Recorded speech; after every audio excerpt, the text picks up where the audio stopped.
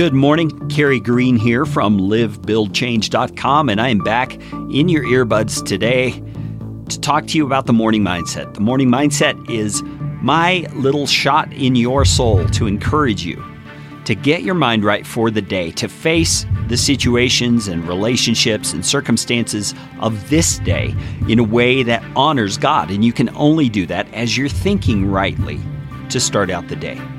We've been going through Romans chapter 8. Some of the most glorious truths in all of the Bible are revealed in this chapter. And we are down to verse 12, and I want to start out by asking you this question. Have you ever been in debt? Have you ever been in debt to someone or some company? It's not always a wonderful feeling, is it? In fact, very seldom is it a wonderful feeling, because you owe somebody something. And when that statement comes that tells you the amount of money that you owe, you tend to see the big balance that's left, and it feels like a weight hanging over your head. Debt is the subject of our conversation today because that's what Paul starts talking about in verse number 12. But it's not a financial debt. It's a spiritual debt that he's talking about. And it's not always a negative, heavy kind of a weight hanging over your head like we tend to think of when we hear of debt. So let's read the passage and we'll see exactly what Paul's driving at. He says, "So then, brothers, we are debtors, not to the flesh, to live according to the flesh. For if you live according to the flesh, you will die. But if by the Spirit you put to death the deeds of the body, you will live. For all who are led by the Spirit of God are sons of God."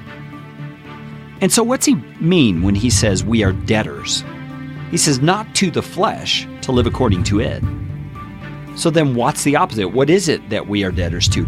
We are actually debtors to Christ. We are debtors to the Spirit of God, who now has taken up residence inside of us because of our faith in Jesus Christ. We owe something to Jesus. And it's not the kind of debt that hangs over our head and feels like doom and gloom and man, when are we ever going to pay this off? In fact, it's a debt we never can pay off. But it's a debt that we pay gladly and gloriously because of what Jesus has done for us.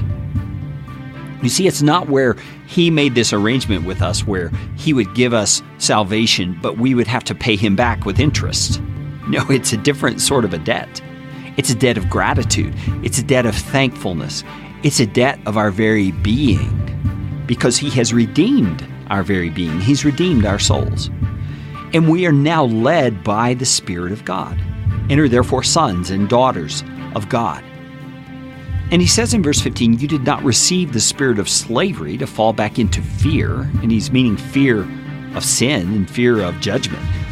But you have received the spirit of adoption as sons, by whom we cry, Abba, Father. Have you ever known anyone who's adopted a little child or someone who's been adopted themselves? There's often a sense of wanting to know who the original birth parents were at some point in life, there's still very much a feeling of gratitude, a feeling of thankfulness that's in that child's heart because they have been shown love. They've been brought into a family. They've been adopted into a situation they were not born into. And it's typically a better situation. And he's saying we have received the spirit of adoption. That's another name for the Holy Spirit. And he has adopted us as sons and daughters. And we cry out, Abba, Father. That's Daddy, Father. It's a grateful cry. It's a thankful cry. It's a cry of wonder that we're adopted into the family of the God of the universe. And it says the Spirit himself that lives within us bears witness with our spirit that we are children of God.